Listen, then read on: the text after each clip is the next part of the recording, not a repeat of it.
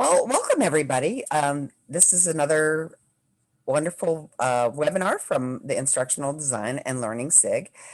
We are lucky enough to have one of the speakers who was one of the more popular speakers at the STC Summit. Rebecca Metcalf is here, and she's going to share with us instructional design for a global audience. And she has agreed to share that with us, which I was just really delightful when I reached out to her, and then she emailed me right back that she was available. So thank you so much for sharing your superpowers with us. You guys have already read her her short bio on the Eventbrite announcement, but I'm just going to go ahead and refresh your memory. She is a global content business analyst at Rubric, and she spent 15 years working in the localization sector. And those 15 years have taught her that translation is only a small part of the localization process. In fact, localization success begins with smarter design, yay, and smarter build of content. As well as handling translation, Rubric will deliver a holistic service to help content owners and developers optimize their systems and processes. Rebecca's key role in that is helping content owners. So that's us, and we really appreciate you sharing that with us. While Rebecca is passionate about smarter content design, she also enjoys cooking and hiking. So, and if you go to the Eventbrite, there's a link to her LinkedIn profile, and you can connect with her there. So that's enough out of me. Rebecca, we are really excited about what you're going to share with us. I know that in an hour's time, we're all going to be smarter. So take it away. Thank you very much. So as Vicky said, we're looking today at instructional design for a global audience, but we've already touched there, Vicky touched on my journey of how my career's progressed. So first, I wanted to share some background into how this presentation came about. I work in the translation industry, and for many years, my time has been focused on managing localization projects. But recently, I've been much more involved with and more focused on the things that happen before translation and how they then impact on the localization process later on. And when I first began that journey, that change of role, I started asking the people that created the content we then localized what they felt their role was in the localization process. And something of a theme emerged, and it was that the content creators felt like localization wasn't something that they did. It was something somebody else did. They created the content and somebody else localized it. It might be an internal localization team or an external localization vendor, but it was something that happened at the start. They created the content, localization happened later. And it was a real eye-opener for me. And it made me realize that there's often this disconnect, and often an organizational disconnect between content creation and localization. If there's a localization team, that happens separate. There's a content creation team and a localization team, and they have very little involvement in what the other does. And it was that recurring disconnect, that wall, that barrier between those two sets of purposes and people that led me to create today's presentation. So I'm hoping today to showcase all the good things that can happen if we break down that wall, break down that barrier, and think about content creation and localization side by side. And my focus today, obviously given the interests of the community of practice, is just going to be on the creation and the design of the content. There's all sorts of other important stuff that happens during localization, but we're not going to talk about any of that today. Today's presentation is just going to be about creation and design.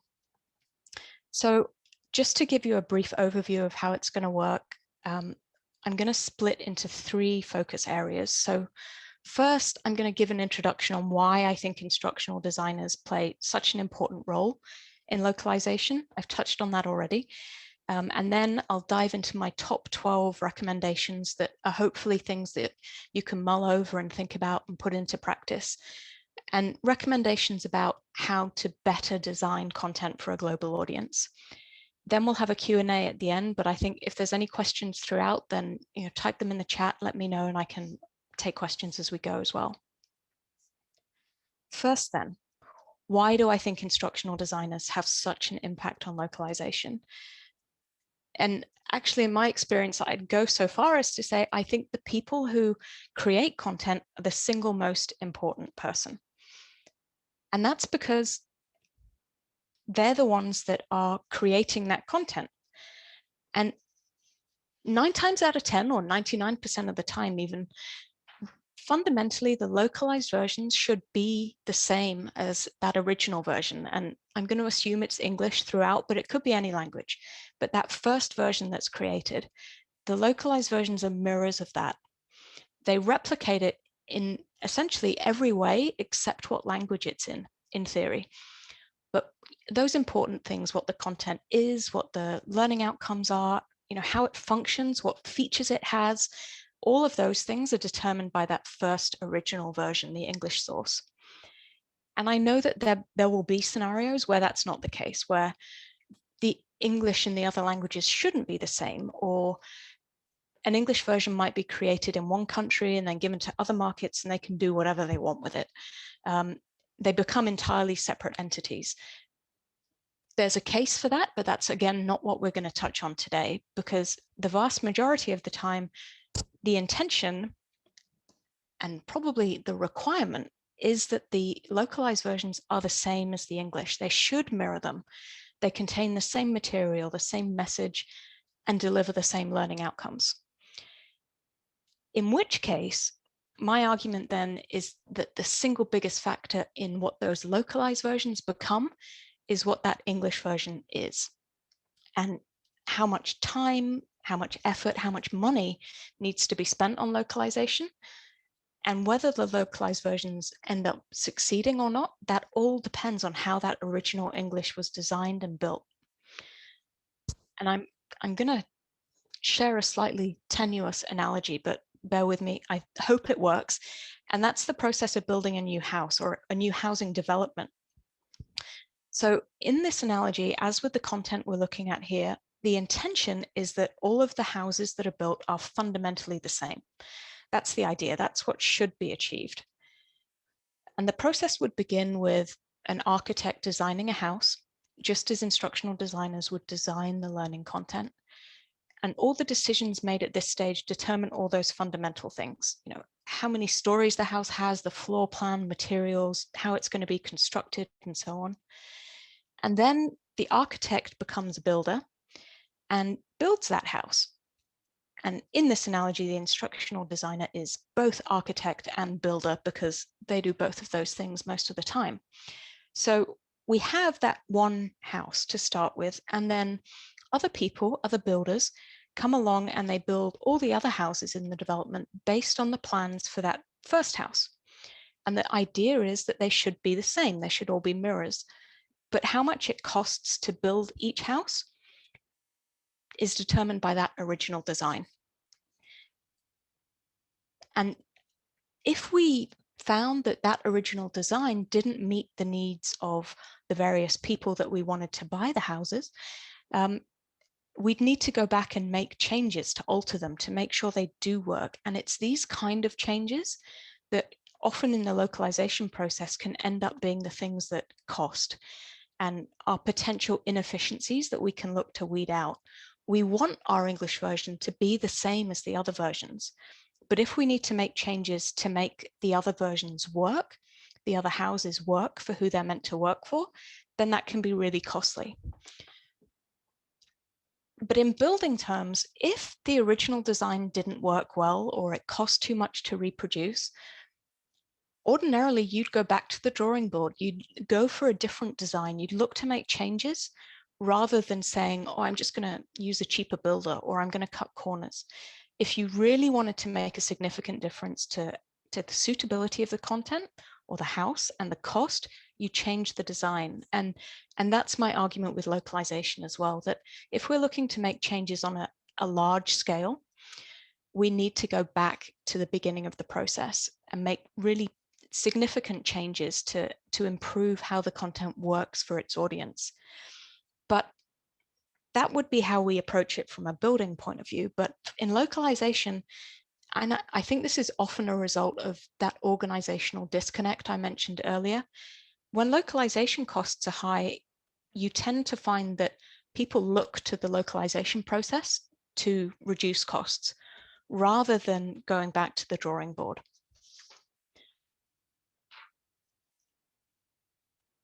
Again, my argument and why I think instructional designers are so important is because they largely determine how much localization costs, how many tweaks and alterations need to be made to make the localized versions work. Because all of those things are determined during the design and authoring stage, because that's where the English source content is shaped, and that's what we then take to make into the other language versions. So how streamlined, how efficient, how scalable localization is all determined by that first version.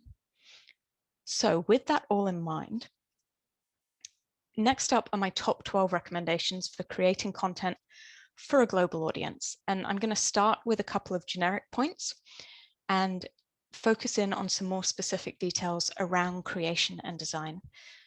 My number one, my first overarching tip is to think localization. What does this mean? There's all sorts of things that instructional designers have to consider and have to juggle, cost, learner outcomes, deadlines, all sorts of stuff. And my aim is to throw localization into the mix to add one other thing that needs to be included during the design and build process. And the aim is not to overburden you guys further, but the aim is to be able to make informed decisions during the design and build process and know how those decisions will impact on localization later on down the line. What we want to avoid is creating great content and then being blindsided by localization, realizing that something doesn't work for localization or it's not suitable for different markets and people aren't able to use or access that content for whatever reason. And one of the key things is trying to create source content that's scalable enough to reach everyone we want it to reach. And if, for example, we can minimize effort and waste during the localization process, like I say, we're not aiming to cut corners, but if I go back to that housing analogy, it's trying to remove all those unnecessary tweaks and changes and remove effort and cost where we can, where it's not adding value, where it's not delivering anything better or not delivering an improved learner experience. And I think in terms of think localization, one of my key points as well is there's no right way, there's no single correct way of handling localization during design and build. It's always going to depend on so many different things, budget, audience, your content, how things need to work. But it's this idea of just having that at the back of your mind to be able to make those informed decisions. So how do we think localization? And I think a really key way of approaching this is to think of English as just another language. Because if the content's going to go into, say, 9 other languages, you end up with 10 languages, and English is just one then. It's one of 10. And I think having this idea in mind makes us think, well, if it's just one of 10, then let's approach it in a slightly different way. Because given that, it's important not to make decisions based just on what works for the English.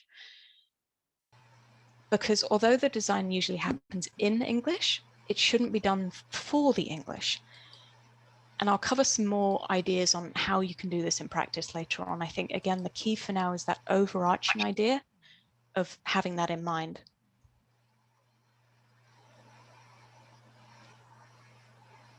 My third and final overarching consideration then is considering value at scale. I've touched on this already, because if English is one of 10 languages, we need to think about what works in 10 languages, not just what works in one. Because particularly with learning content, when it's got so many different facets, it can be easy to forget how scalable the content needs to be. And essentially, we're talking about cost, about money, because it's all about getting the most for your spend. and making sure that you're able to reach all the audience you need to reach when you need to go through a localization process. Because I've found that often people create great content and it's then essentially it's too expensive for them to take that as it is and localize into all the languages they want to go into. And that's often caused by something that's happened at the design stage. So we'll look later at a couple of ways that you can look at content differently and consider how that can be done. But I think one of the key things here, considering value, is about looking at each piece of content, at each feature even that's used when content's being designed, and asking, is it worth it? You know, what is this going to impact on localization? What's it going to cost? And at scale, you know, it might be 10 languages, 20 or 50 languages. Is that going to work? Is it worth what it will cost? And often the answer is yes. It does. The benefit outweighs the cost. But if it's questionable, or if the answer is no, then, you know, maybe that feature should be removed. Or is there a better way? And again, we'll look at a couple of ideas later on better ways to potentially do the same thing, but in a more scalable, more efficient way. One of the first choices that's going to always be made before design and build even starts, and this may or may not be something that you have control over, but it's a tooling choice. And when making tooling decisions, localization needs to be factored into that as well. You know, how well suited is the tool from a localization perspective? And one of the key questions is, can it support all of the languages that you might go into? For example, if you intend to go into Arabic and Hebrew, they're right to left languages. They have specific design needs. Does the tool support those? Because quite a lot don't.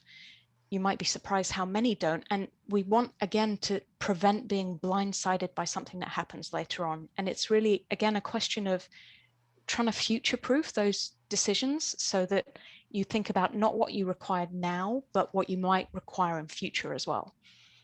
So future-proofing tool choice. Another key thing with tool choice is how well designed the tool is for localization processes. And a key one here is functionality that allows click of a button, export of content for translation, and import of content back in once that translation has been done. And this varies hugely between tools. Some aren't designed for localization, and that whole process of getting content out and putting it back in is a manual copy and paste job. Somebody has to sit there and do it themselves. Other tools have support for some content, but not others. I know a couple that support, you know, the main body of content, but they don't support quiz content. And this is a factor that often, I think, isn't thought about for people creating English content, because it's not relevant. You know, it's not something that's done by somebody that's creating content in English alone, but it's a really key one for localization. And I can share an example of this. So if you consider a tool that doesn't support export and import, automatic export and import of just the quiz content, that means that text has to be manually copy pasted in and out. And we've had projects we've worked on where this takes at least 90 minutes for each language. And there might be 20 languages, and there might be 15 of these courses where that quiz content needs to be worked on per year. And so it adds up. The time that we're spending doing that adds up. In this case, it's 450 hours. And that's time, it's effort, it's money that's spent on essentially an unnecessary task. It's a limitation of a tool or a function that a tool doesn't have. Because if the tool had been changed or a different tool considered, we could get rid of that cost entirely. No effort and no time would have to be spent doing that. We'd have big zeros everywhere. And I think that's an example of the type of designing out unnecessary tasks that can be costly and time consuming, particularly when you have to scale them up. And we can make changes there. And they're not things that are improving the localized versions or make a difference to or enhance the learner experience. They're just there to make the localization work. the next idea comes back to this premise of designing for all languages, not just for the English. And this is a layout consideration mainly because it's really easy when you're designing in English to look at the content and think, oh, how big's that word? What font size shall I use? You know, how much space do I need? I want to add a line break there. That doesn't look very nice. And the danger is that when the layout's determined by how the English looks, or what size it is, how long a word is, that isn't going to work in all the other languages. And so there's then a need to tweak and make fixes and changes to make those localizer versions work. Changing a font size, for example, or changing the font entirely because it doesn't support a character set, or having to move and tweak the content because things are too long. Or another one we have to do quite a lot is removing hard returns because they've been put in, line breaks been put in because that's where I want it to break in English, but that doesn't work in all the other languages. Things have moved around. Reworking graphic text because, that text box wasn't big enough, all of those types of things. And essentially, again, they're unnecessary changes. And they come about because the content was designed for English, not for the other languages, not, one. It's not thinking of English as just one of 5 or 15 or 50. We're just thinking about the English. But with smart design, if you consider all of the languages, not just the English during the design, the need for those tweaks can be reduced or removed. So adding more white space is a really key one. I've shown that here on screen. Giving enough room for text to expand, because often particularly in European languages, Russian as well, from the English to the localized versions, the text can expand by 30 to 40, 80%. And we need to allow for that in the design so that content has room to grow. What might be one word in English might be 2 or 3 or 4 words in German, for example, or in French. So it's that trying to design the English so we engineer out that effort and time and cost. And I can share another example of a client who changed their instructional design tool entirely.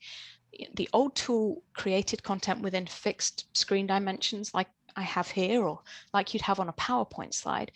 And it was pretty busy content. It was always full of words, full of content, and that's the way it needed to be. It was complex content. They needed to have a lot of content on each slide or each screen, if you like.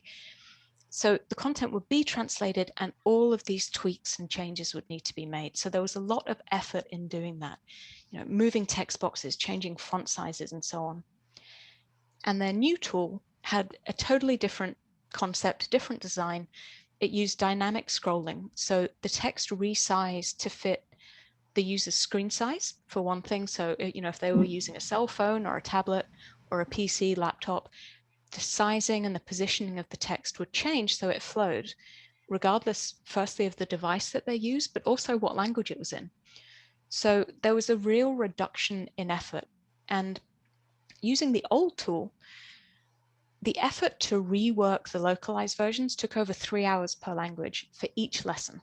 And there were 12 lessons in a unit, 5 languages, and over the course of a year, we generally work on 3 units of work. So if we look at $50 an hour, 540 hours is $27,000, and that's over 1 year. But in reality, it's an ongoing cost because every piece of content that was created in that old tool incurred those charges. So over time, the cost grew. 1 year with 27,000, but at 3 years, we're looking at over $100,000. And again, I hope that this helps to illustrate that the kind of magnitude of cost saving when we make different types of decisions about tools, about design and content during that first initial stage, before localization even happens, we have the potential to make changes and make savings on a much bigger scale than we might do later on down the line. And again, often these changes are about removing waste, improving scalability so that you're not spending money on something that doesn't need to happen. Can we do it a better way? My 6th tip focuses on things that engineers need to do, things that, not the translation, linguists do the translation, but things that engineers need to do. So audio recording, video editing, re-engineering of content. The people that do those tasks are specialists in that piece of software, for example. They're not linguists, they don't speak the language. So they don't understand the content that they're working in because the content's already been translated. They then need to rework it, re-engineer it to make it work in the localized versions. And because they don't speak the languages, there's often the potential for there to be, again, inefficiencies or wasted effort if the content's designed in such a way that there are things they can't do without understanding the language, because they then need to get help from somebody else. They need to bring somebody in and say, okay, where does this happen? Where does that happen? How do I retime this? And that, again, it's added time, added cost to the project. And one way of, again, trying to remove that, trying to engineer or design that out, is to imagine that you didn't speak English. So if you're designing your English content, would you be able to put it back together? Would you be able to figure out how it worked? An example would be e-learning content with a narrator voiceover. And often on-screen action is timed to what's happening in the voiceover. So, the narrator says a certain word and something happens on screen. It's a cue for something happening, an animation, for example, or a transition. For the English version, if you speak English, it's easy. You can listen to the audio, you know what the narrator's saying, you identify the cue and you change the timing. It's easily done. But when the engineers carrying out the localization work do it, they don't speak the language. So again, it's a question of, can we change how we design it so that that's not a problem? Because in the localized versions, all of those cues will have moved. They're not in the same place because the language is either longer or shorter or something's changed. I've shown here on screen a couple of examples. So in the first one, this is one long audio file, and we've worked on courses where 3 hours of narration is one huge audio file, and the markers are timed to specific words. So the engineer has to know when that word happens so that they can move the cue marker around.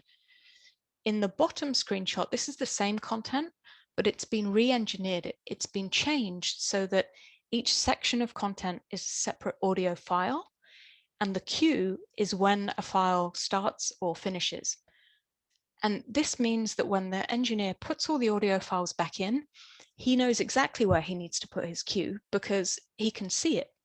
He doesn't need help from somebody that speaks the language. And I think this is an example of one of those consider the value questions, because it's, cues don't always happen at the end or beginning of a sentence, but this could make a significant difference to the cost of a localization project. So is it worth it? It's going to potentially be a different learner experience, but is that okay because of the saving that we're making, for example? Another example would be screen captures.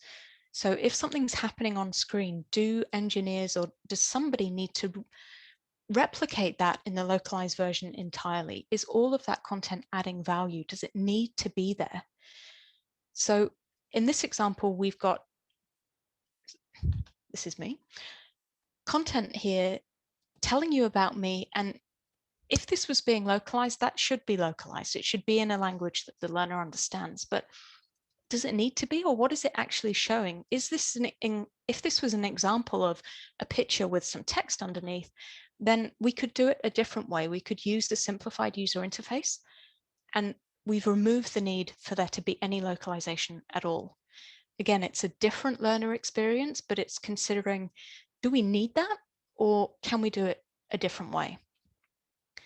And I think another important candidate here and throughout is audiovisual content, because AV content is often one of the most expensive elements in learning content, particularly with localization. So it's a really key area where there's a potential to make significant savings, and an area to look for opportunities to do things in different ways, because it can make a really big difference to scalability and to cost. So, nowadays, Could you use an AI text-to-speech engine, for example, rather than voice actors? Or use animated video rather than a real video shoot?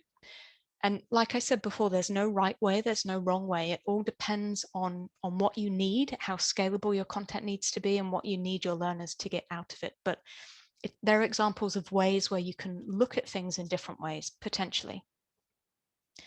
So it comes back to this idea of balancing what a feature or tool offers against the value.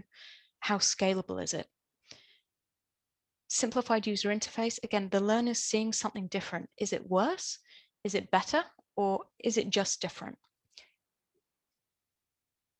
The other consideration, particularly with simplified user interface, but it applies to other things as well, is the less detail, if you like, the less specific the localization is to one version of software. For example, if you're showing screenshots of somebody stepping through something or a video, is the simpler the content is, the less likely it is to need updates, regular updates, because something might have changed, or something needs to be addressed because something's happened. So content can often have better longevity, a better shelf life, the simpler it is. So that's another consideration in this cost against benefit balance. So next up, tips 7 and 8 are about the words themselves. And I'll come later onto the words in terms of the words that we choose to use. But at the moment, I'm going to look just at the monetary aspect of words, because in localization, words cost money. And the volume of content can have a really significant impact on cost. In a really simplistic example, if you were to say in 100 words what you previously said in 200, potentially you're halving your translation cost because you've halved the word count.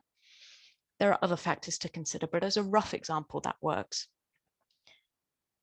And again, it's a good candidate to look for that content that needs more than just translation, audiovisual content, like I mentioned before.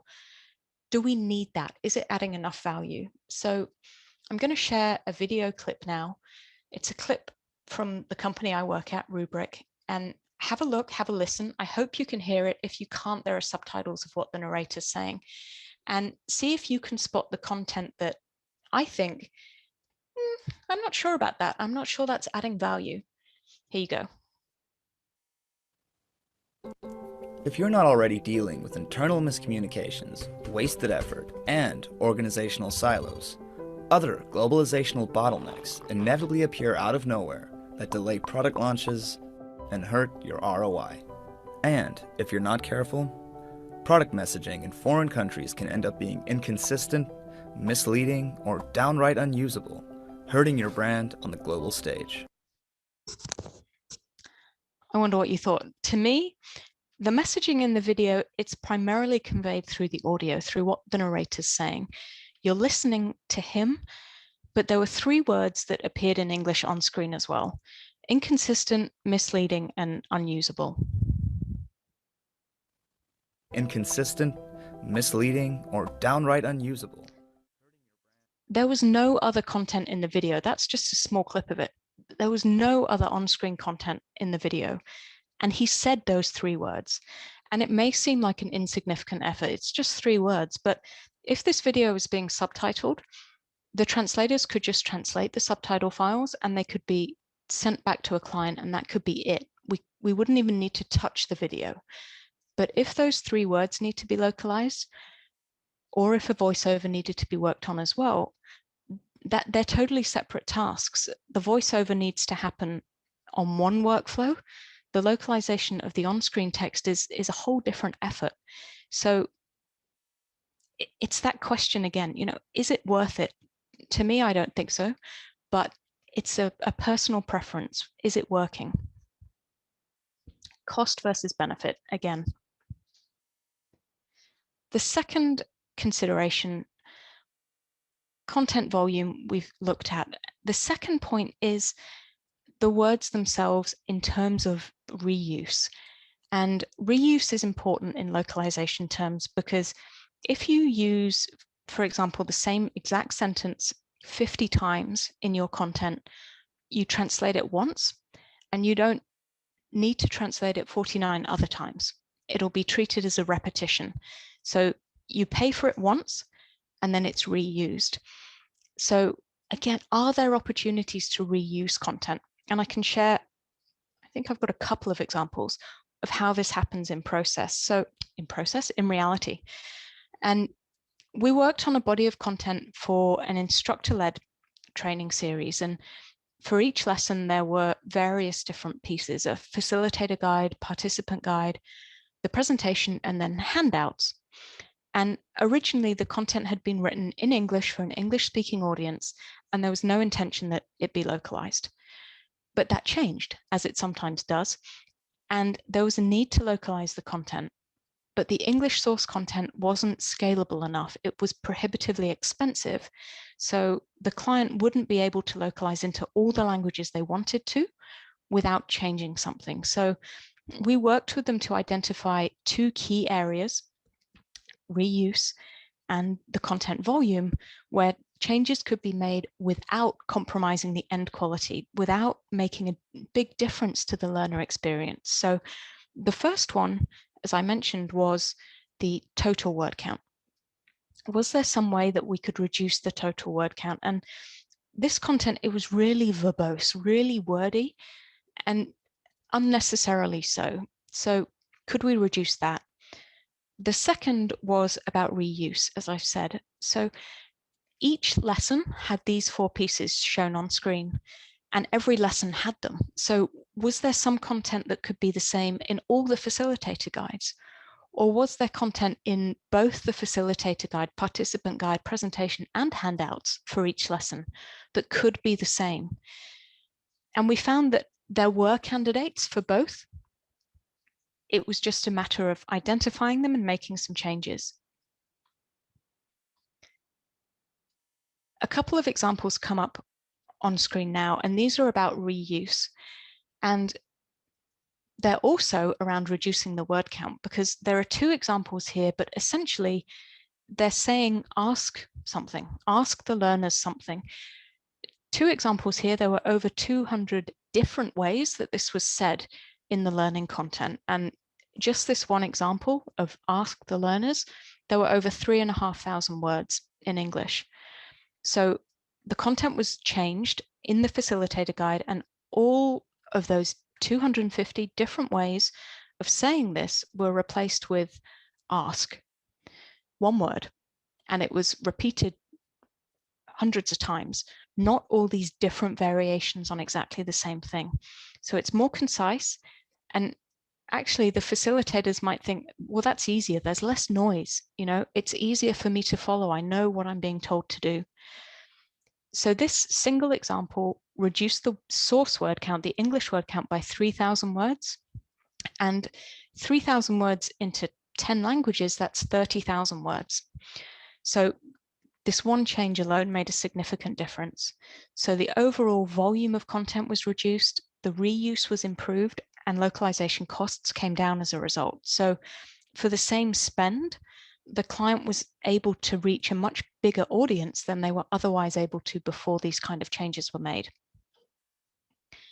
Another example, again, of the potential for reuse is audio, because I mentioned already, this is a key one for, are there better ways of doing it? Do we need that? And small changes here can make a significant difference of cost. So a couple of examples will come up now, and these were narrator audio from a series of lessons that we worked on. There were around 40 lessons in total, and in each lesson, the narrator said various things at the start of the lesson, at the end of the lesson, and he always made reference to the specific lesson number: lesson 1, lesson 2, lesson 39, lesson 40. And we saw an opportunity again to improve reuse. It's that value question. Do we need to spell out the lesson number, or can we do it a different way? Can we make it more generic so we can reuse that audio in every lesson? Because it's not just the translation, it's the audio recording as well. So these were changed, and instead of saying the specific lesson, they said this lesson instead. So for 40 lessons and multiple languages, instead of having to, in these two examples, having to record 80 different audio clips, there were 2 clips instead, and that same clip was reused in every lesson. Again, it seems a small thing when you look at it like this, but when we're talking about 40 lessons and multiple languages, these small changes can make a real difference. My next one, point 9, is a short and sweet one, and it's ensuring that your content is error-free. And it comes back to this idea again of the localized versions being mirrors of the English. If there are errors in the English, there will likely be errors in the localized versions too. And again, it's scale, because what might be an easy fix in one language, when we have to scale that up to 25 or 50 languages, it's not such a small problem anymore. Those small fixes all add up to extra effort, extra time, and extra cost. My next tip is another, it's fairly obvious, but I think it's important, and it's to know who your audience is. And I'm going to add a caveat in there because I think it's something that often isn't considered enough. And it's the need to know who your potential audience is. Your audience, not just now, but in the future as well. And the likely scenario here is often that people underestimate who their potential audience might be, but there's a risk of overestimating as well. And I can share a couple of examples of that. The first was an e-learning course we worked on for salespeople in various countries about a new product that had been created. And the e-learning content was created by global headquarters. They then thought, this is brilliant, this is a great product, we want everybody to have this. And they localized it for all of the countries that they operated it in the seemingly safe in the knowledge that they knew who wanted it and who needed it. But in the end, it turned out that actually only a handful of countries could use that content. There were various regulatory and legal reasons that other markets couldn't use that content. I've skipped too far ahead in the video, sorry, I'm making that change. So they ended up localizing that content and they couldn't use it. It just got binned and it was a complete waste of time and money. One of my key points here is ask those questions. And I think this is easily done if you have an internal audience, but can be done when your learners are external as well. And I think that question of, do they want this? Is it relevant to them? Can be really key, not just around ensuring we only go into the languages that we need to, but in getting buy-in for content as well. The other scenario, of course, on the other hand, that I've come across as well, like the scenario I mentioned earlier, is that content's created and seemingly safe in the knowledge that it's only going to be used by a narrow specific audience. And if it's not designed with a wider audience in mind, if that changes, then there can often be constraints. It might be in the design or the build, or it's not scalable enough, it's not suitable. It might not be relevant for a wider audience, or there might be physical or technological barriers that prevent learners accessing it. So asking that question of who might your potential audience be can hopefully get around some of those issues by designing for that in the start. And it's those barriers that we'll come on to next. So first, we'll consider barriers to learners being able to access and use the content. Again, if we can understand the constraints that apply to the entire audience and use that knowledge to make informed tooling and design decisions, because what you want to avoid is spending money, spending time creating great content people can't access. So the first barrier is, platform. What platform, what device will your learners be using? Is it cell phone, a tablet, PC? Are they going to use iPhones or Android phones, for example? And often this differs between different countries and different markets. So in the US, your learners might be mainly using iPhones, but in Korea, they'll probably be using mainly Android phones. And if you know that, then you can design for that at the beginning. You can create content that works on both of those platforms. The next ones are bandwidth and connectivity. So, if you've created really high resolution content, video content, for example, will people be able to download it? Could they stream content successfully? How's their internet connection, and where will they be accessing the content? Another constraint, connectivity. So where will the learners be able to get online? And we've had learning content developed for audiences where they didn't understand how people would be connecting to the internet, for example. So there were all these barriers, firewalls stopped them accessing, this particular platform or that particular content type or file type. So understanding those barriers helps inform those design decisions. My final physical barrier is accessibility.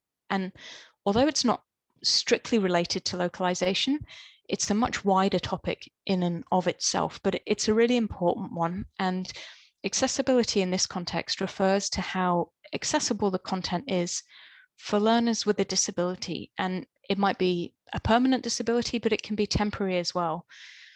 Some of the more obvious ones are hearing, visual, or physical impairments. And again, whether or not accessibility has been considered when creating the English source content makes the difference as to whether or not accessibility can be considered in those localized versions, because they're going to be the same.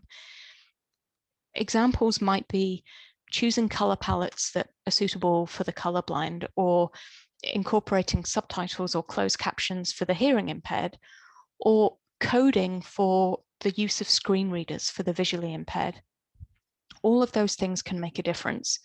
And it comes back to that idea of understanding who your audience is, what barriers might there be, and what can we do about it. Next up, and the last of my 12 considerations, is a different type of barrier: cultural or linguistic barriers to learning and to engagement. So we'll assume those physical barriers have been dealt with. The learner can physically access the content. Cultural and linguistic barriers are more about thinking, how do we make sure they understand it? How do we make sure it resonates? And how do we make sure it meets those required learning outcomes? And I ended on this point, but I think it's a really, really important one, because the learner needs to be able to follow the content and understand the message.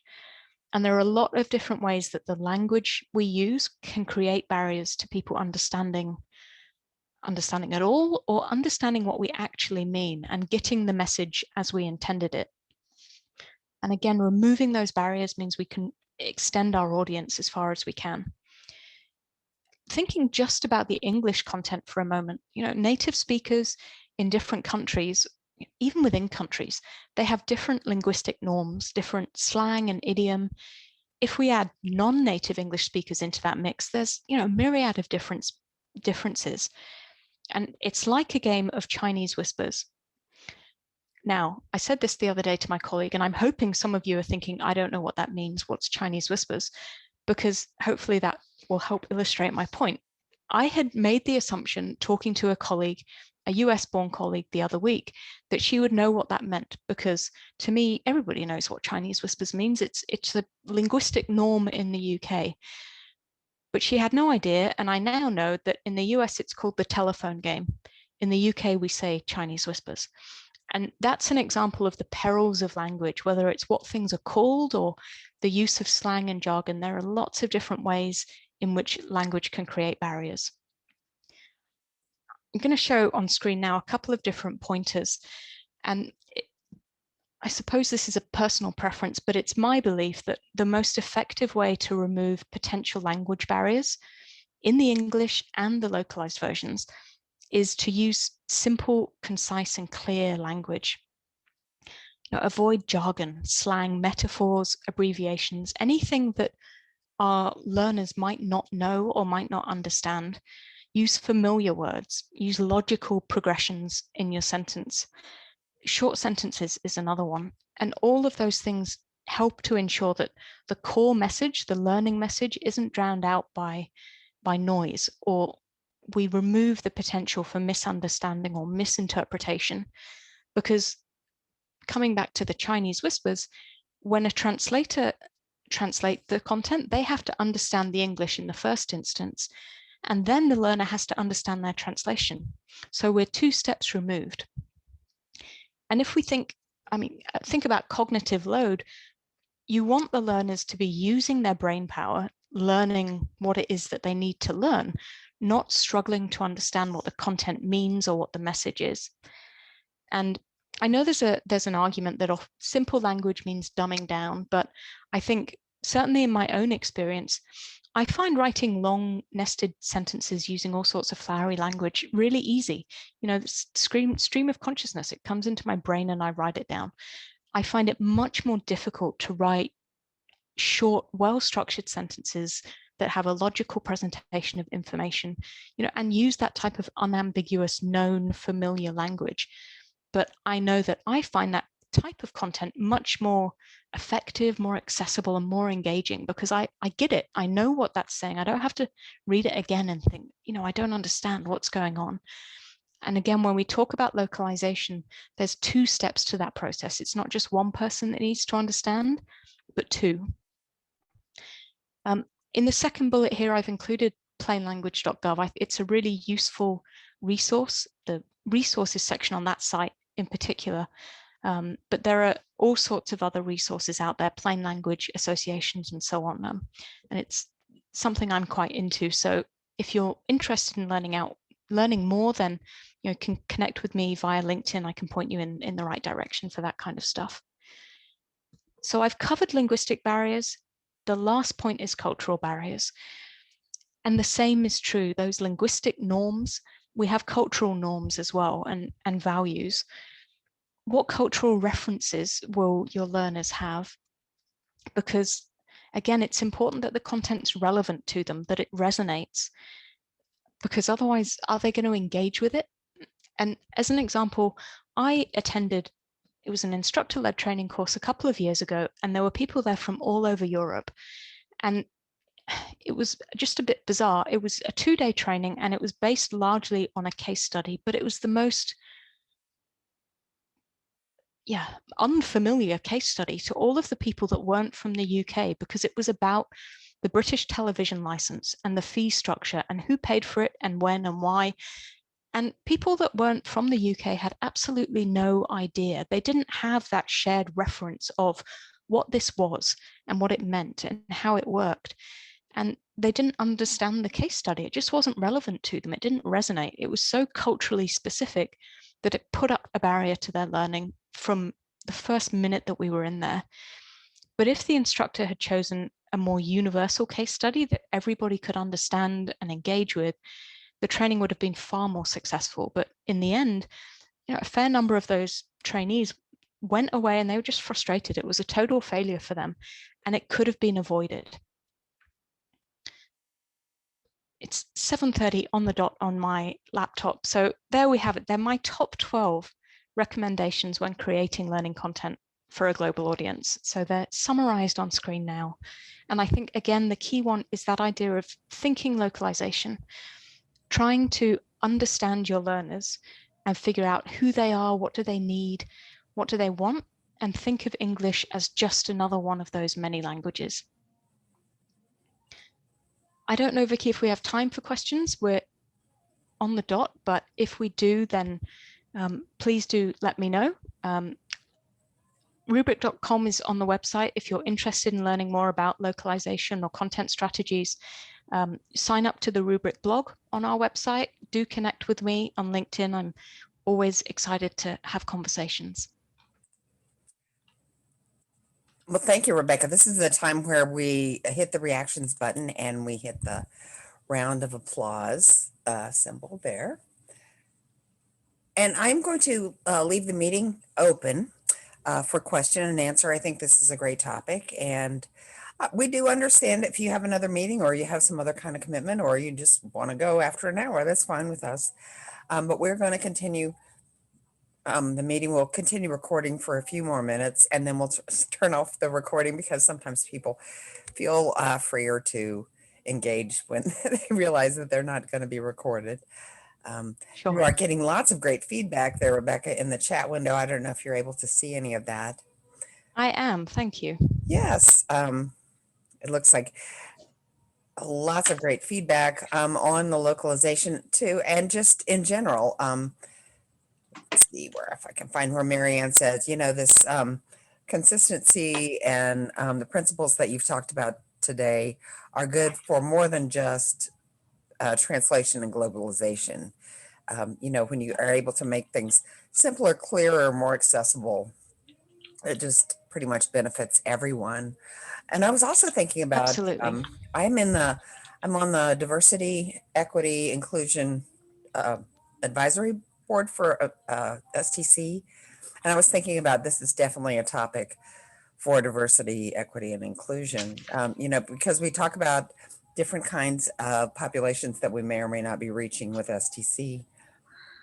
It's not just ethnic or cultural. Sometimes it's geographic and language. So I really appreciate this. This presentation is useful on many, many levels. Great. So I'm looking And I think that point about accessibility, for example, I think all of these points, the examples were specific to learning content, but I think they can be applied across the board to all sorts of content as well. Definitely. So this is a great topic to have in our toolbox, just for instructional design and communication in general. So I don't see any more questions in the chat box. That means I'm going to stop the video or stop the recording.